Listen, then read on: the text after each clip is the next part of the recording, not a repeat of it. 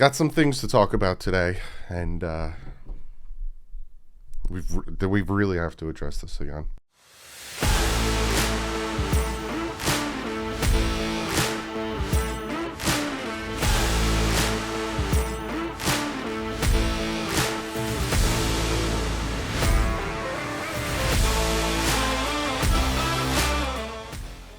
What is up, Finn fans? Yeah, you can tell by the title. I'm going to talk about it. And then we're going to talk about potentially Connor Williams at center. All right, so let's jump into this. We're going to jump into Connor Williams first. Gotcha. I got you. You thought we were going to do the other thing. We're going to jump into Connor Williams thing because Tua's work ethic is more of a comment of the day. Because I have so many of you guys hitting me up on Twitter, in the comment section, DMing me, emailing me, talking about, did you see what Omar said? Again, blah, blah, blah. So we'll get to that. But first, Connor Williams. Barry Jackson came out with an article saying, intriguing outside-the-box idea emerges, option for Dolphin at center. And essentially, Connor Williams has been taking snaps at center during this brief period of mini camp and all these little training sessions that they're doing. He's been taking some snaps at center. And it's intriguing. I tweeted it out. I said it's interesting, very, very interesting. I would prefer, now Connor Williams has some experience at center, like minimum experience. I think some preseason games he took snaps at center. I'd prefer a legit center there, right? We had Dieter there, and he originally a left guard when we drafted him, moved him to center, and I think he was ranked like 28th out of 39. It's not the exact number, but it's around there. He was bottom tier ranked for center production. The JC Tretter's still out there. I talked about that in my free agency video where what's the holdup with JC Tretter? Is it the money that he wants versus what he's actually worth? Is it the consistent knee and ankle problem? Didn't practice at all last year but did play throughout the season. There's a lot of things going on with JC Tretter. So it seems like the Dolphins, as of right now, maybe they're in hold pattern seeing what J.C. Tretter wants to do if he comes to the realization that he's not worth the amount he's asking for. Are you doing different options at center? And it seems like Connor Williams is one of those options. I wouldn't be upset if they take Liam Eichenberg also and put him at center. Kalen Diesch, I talked about. He has short arms, might struggle at the tackle position, might thrive at the center position, especially because he's super athletic, so he can pull and do all the things he wants. And a lot of you guys, when I brought that up, when I talked about Kalen Diesch, that you said he's 6'7", he's tall. Yeah, it's gonna happen. Drew Brees, who's the same exact height as Tua Tagovailoa, played with 6'4", 6'5" centers in front of him. It is what it is. And if it doesn't work, if he's the best center that we can get, if Kalen Diesch ends up, I'm not saying they're going to, but say that they do put him at center and all of a sudden he's thriving there because he's got the athleticism, he's got the the body type for it. It's just the arm length is the problem. They're going to have to deal with it. But I think that what the Dolphins are doing is, like I said, I think they're in a hold pattern with J.C. Tretter. I think a lot of teams are in a hold pattern with J.C. Tretter. He's also, I think, the player representative for the NFLPA, which also might bring some hesitation to that movement. But there are multiple teams that are interested in him, but no one has brought him in for a workout, an interview, nothing.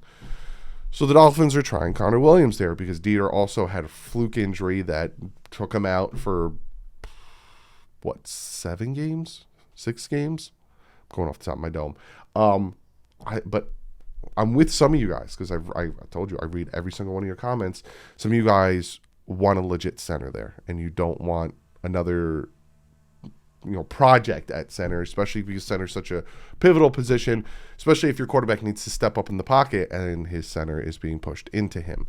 So we'll see how this pans out. But in all honesty, if you want my God's honest opinion on this whole Connor Williams taking center snaps, I think he's just taking snaps at center. I don't think it's anything to write about. I honestly think, and I'm going to do a depth chart prediction, everything. I think it's Teron Armstead left tackle. I think it's Connor Williams left guard, question mark at center. Right now, Pegan Dieter. I think it's Robert Hunt at right guard, and I think it's Austin Jackson at right tackle. I think that's your definite week one starting offensive line. I think the center position is the one that has the question mark on it as of right now. So that's what I got for you for the whole Barry Jackson article. Again, go follow Barry Jackson. He comes out with some fantastic articles and fantastic work. Let's talk about the matter at hand. A lot of people have talked about it yesterday. I was busy, and I was just like, I don't want to talk about this again.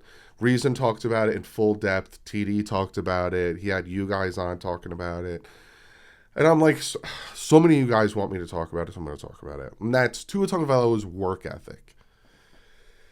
The fact that this is a thing, the fact that this is something that has to consistently be brought up, it makes me laugh, right?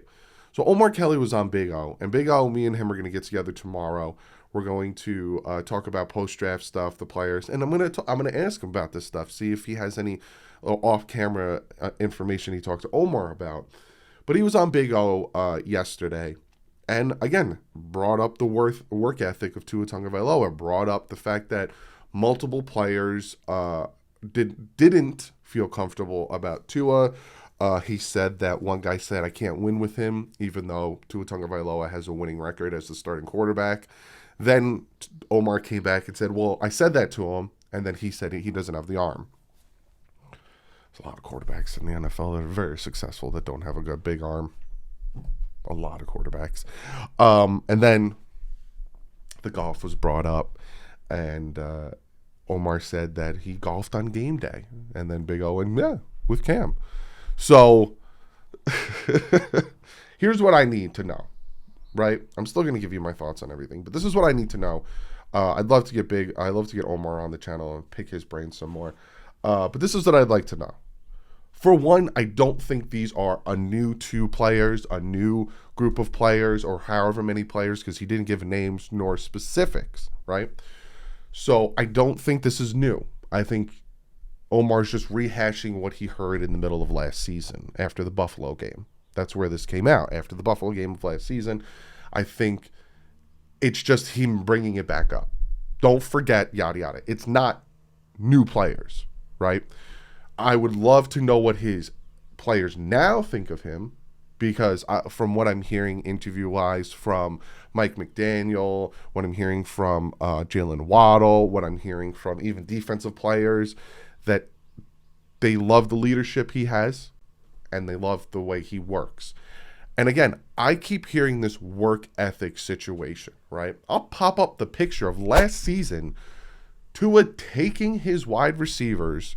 This is before OTAs, this is before mini camps, this is before all that stuff. Tua has the playbook. He takes his receivers, not in the Dolphins training facility, and he works out with them. But he has no work ethic.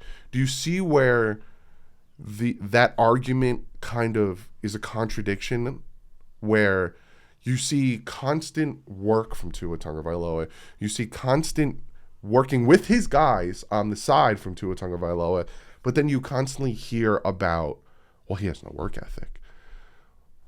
I would love to hear a legit quote from a player saying that Tua has no work ethic, because a lot of what I'm hearing, and I hate dealing with hearsay, rumors, all that stuff, but I have not heard one factual thing about Tua having no work ethic, right? I'm hearing from the organization, there's a source that said that Tua has no work ethic, but then you'll see him literally putting hours and hours of work to get better at his craft, to work with his guys, to hang out with his guys. He literally said Mike McDaniel was getting jealous because he was hanging out with the guys and he wasn't invited. So there's that, right? The golf.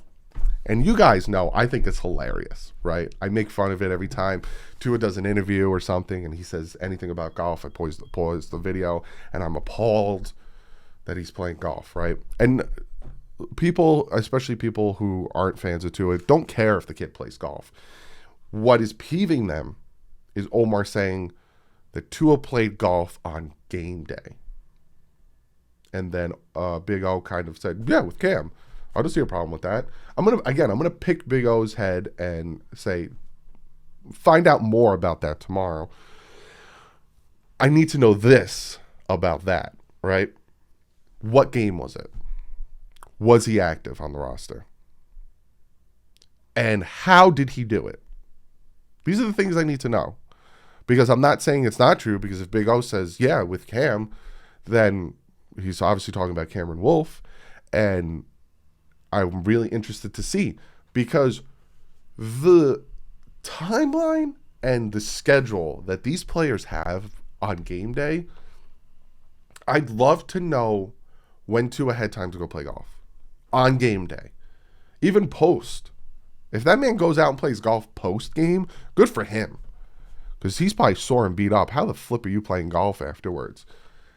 But if he's playing golf on the day, the game day that he was on IR, I would find that incredibly intriguing for multiple reasons. For one, he wasn't injured enough to be put on IR. And that is another situation where the whole Flores-him relationship comes in, because we've heard from Flores himself, Brian Flores himself said, yeah, Tua even tried to go back on the field and I had to stop him. That for the Buffalo game. But they put him on IR and we lost him for 4 weeks, right?